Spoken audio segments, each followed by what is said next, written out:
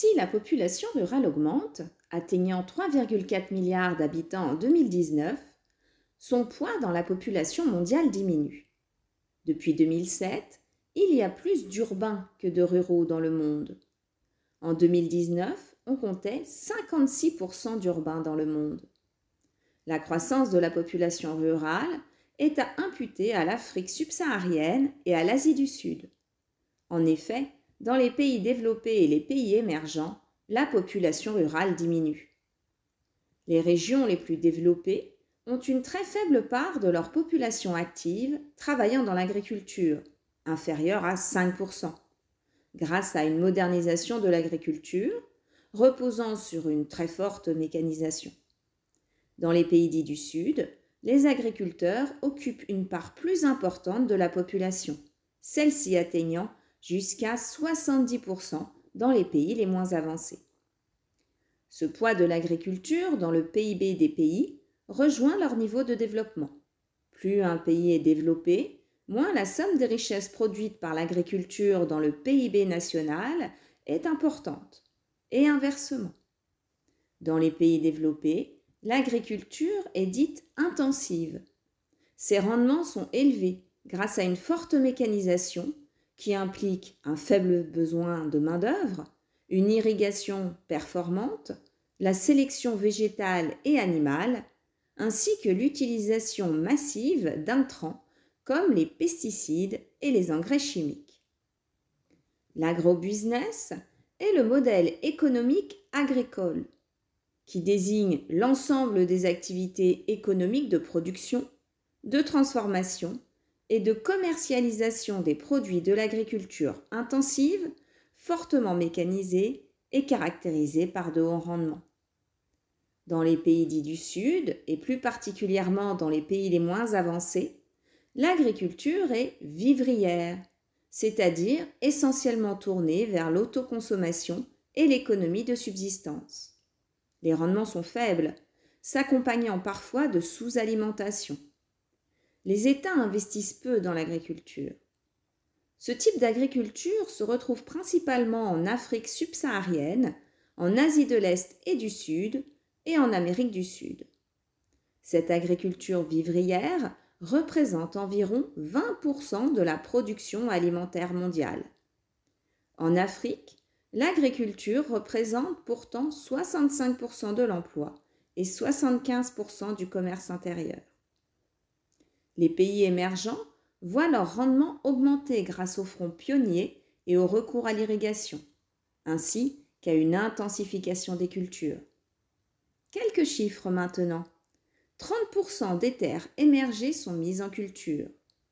Un quart des ruraux dans le monde sont indiens. Et 90% des ruraux dans le monde vivent dans les pays dits du Sud.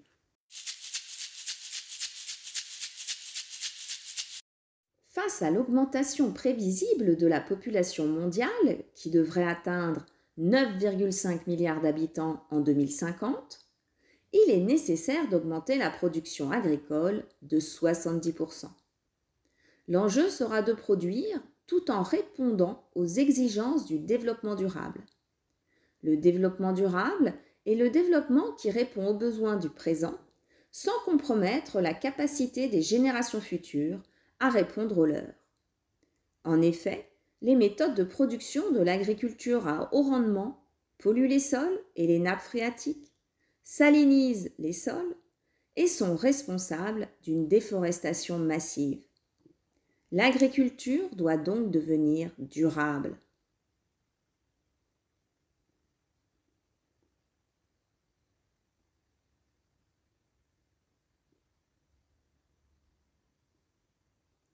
D'autant plus que face aux différents scandales alimentaires, les consommateurs sont à la recherche de produits plus sûrs. Les labels fleurissent, tels les AOP et les AOC. Les consommateurs sont aussi sensibles à une production plus responsable, notamment au niveau social. Les produits issus du commerce équitable se diversifient dans les rayons. Le commerce équitable désigne l'échange économique où la partie la plus puissante s'engage à respecter les intérêts de la partie la plus défavorisée.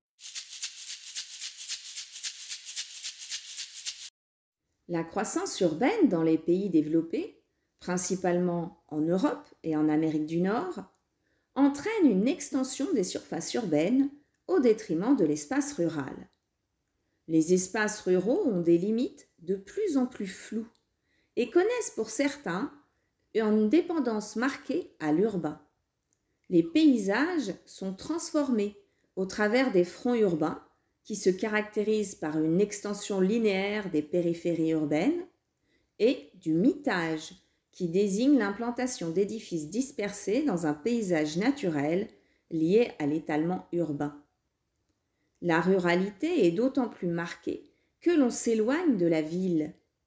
Les citadins recherchent de plus en plus un cadre de vie plus naturel, tout en gardant pour la plupart un mode de vie urbain, d'autant plus s'ils continuent à travailler en ville, en pratiquant la migration pendulaire. Il s'agit du déplacement journalier de la population des grands centres urbains entre les lieux de domicile et les lieux de travail. Ce phénomène des néo-ruraux est ancien, débutant dans les années 70 et s'amplifie depuis les années 90.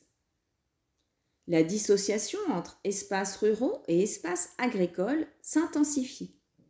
Aujourd'hui, on note une affirmation non agricole des espaces ruraux et une multifonctionnalité. Les espaces ruraux ont une fonction résidentielle qui fait vivre une économie résidentielle. Les pays dits du Nord constatent d'ailleurs une renaissance rurale depuis les années 2000.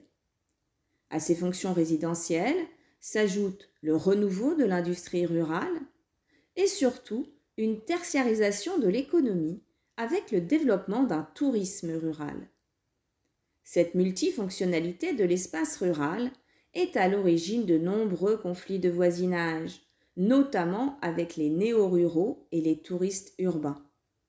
D'autant plus que l'agriculture, qui est l'activité primaire depuis des millénaires et qui transforme les paysages, est devenue minoritaire en termes d'emploi, d'impact économique, bien qu'elle soit majoritaire en termes d'occupation des sols. À cela s'ajoutent des conflits pour les terres ou pour l'eau. La multifonctionnalité des espaces ruraux, ainsi que l'augmentation du nombre de ruraux, entraînent une concurrence pour l'accès à l'eau. Ces conflits face à l'eau ne sont pas seulement locaux ou nationaux, mais dépassent aussi les frontières, à l'exemple du partage des eaux du Colorado entre les États-Unis et le Mexique. Les prélèvements américains sont tellement importants qu'arrivé au Mexique, le fleuve est pratiquement à sec. L'autre enjeu majeur a trait à la pression foncière sur les terres agricoles. De nombreux États recourent au land grabbing afin d'assurer leur sécurité alimentaire, tandis que les multinationales recherchent une augmentation de leurs bénéfices. Le land grabbing est la prise de contrôle du secteur agricole d'un pays par des investisseurs d'un autre pays. L'accaparement des terres se fait aux dépens des pays dits du Sud, et particulièrement des pays les moins avancés, et surtout aux dépens des populations déjà pauvres et fragilisées.